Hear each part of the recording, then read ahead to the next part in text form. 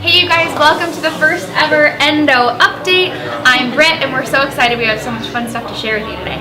Yeah, I'm Katie and we've got some support group announcements that we're going to be talking about later.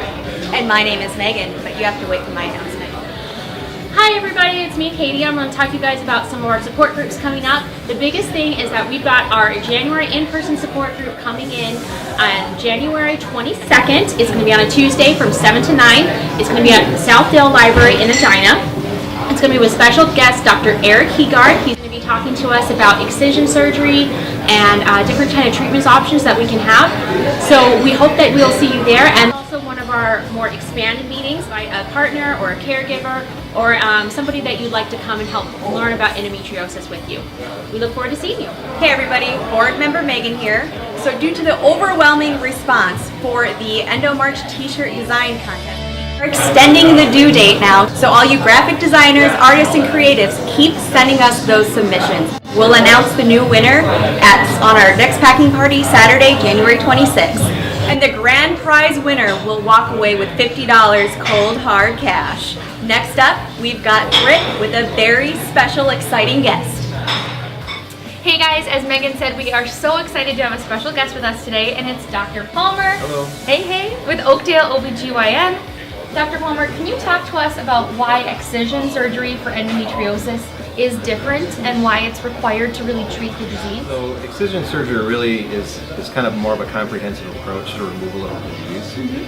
I think that a lot of times with endometriosis surgery, disease is more superficially treated, and oftentimes doctors that maybe aren't familiar with recognizing all the nuances of the disease will not identify it completely. Sure, and what does that mean, superficial?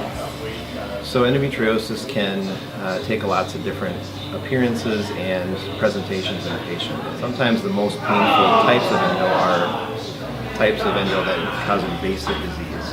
And I'm going to use my little model here. I know, I love this that. little uterus model. The primary area that I'm looking at when it comes to pain that are the common types of pain that women have with endo, which is painful intercourse, painful bowel movements, pain that radiates down the legs into the back, generally is related to the undersurface of the uterus, between the uterus and the colon, in this area called the posterior cul-de-sac, and the uterosacral ligaments. Wow. I didn't know that it was in all of those places for me. So essentially it's, you can look at those spots and kind of burn those superficially, and then leave behind disease if it's not fully excised and explored properly.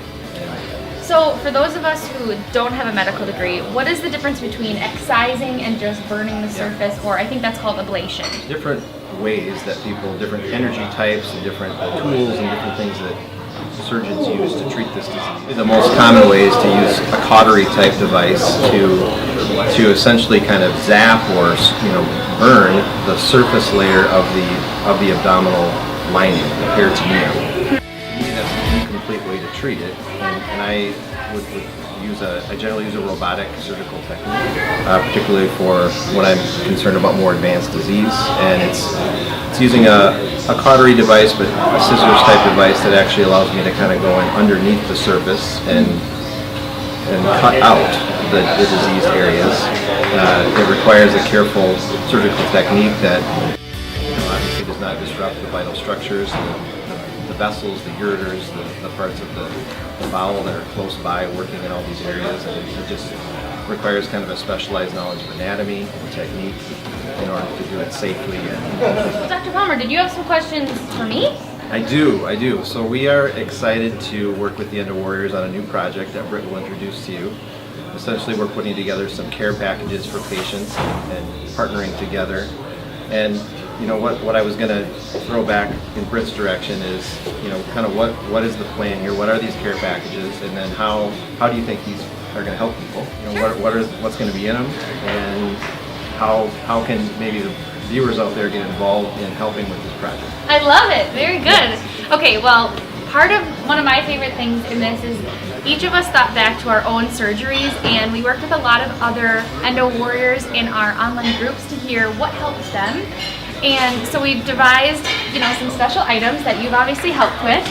One of them is this great tote. I love this. It's a large tote. It has a front pocket Right here, it's canvas, so it's very durable.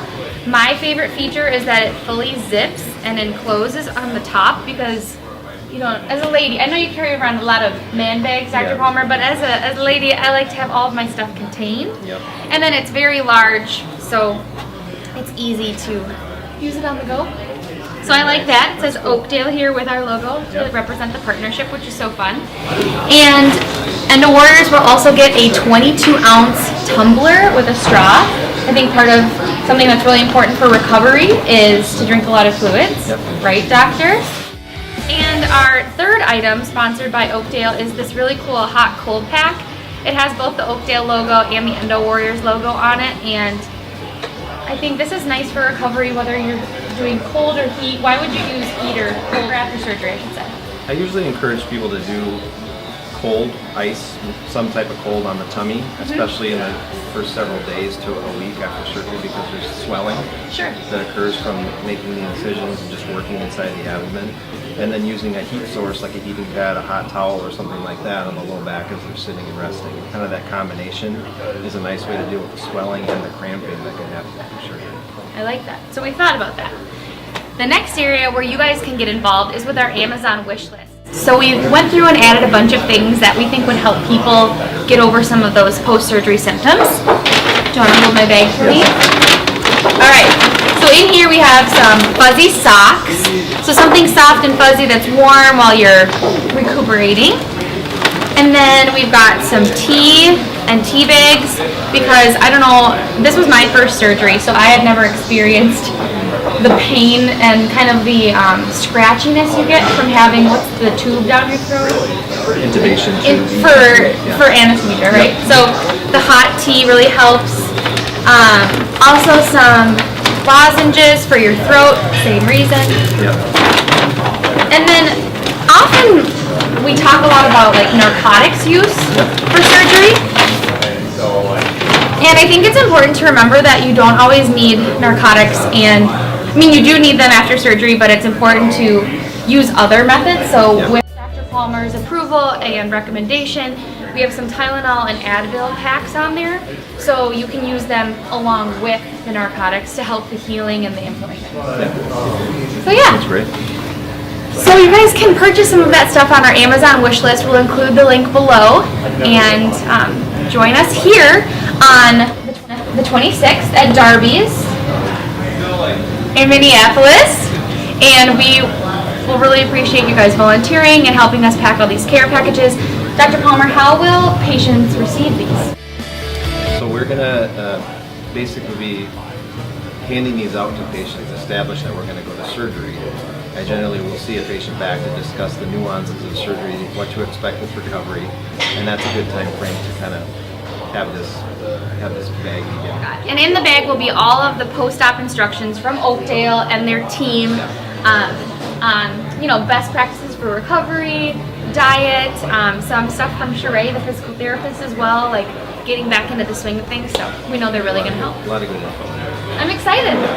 Well, thanks so much, Dr. Palmer, for joining us today. Have an awesome day.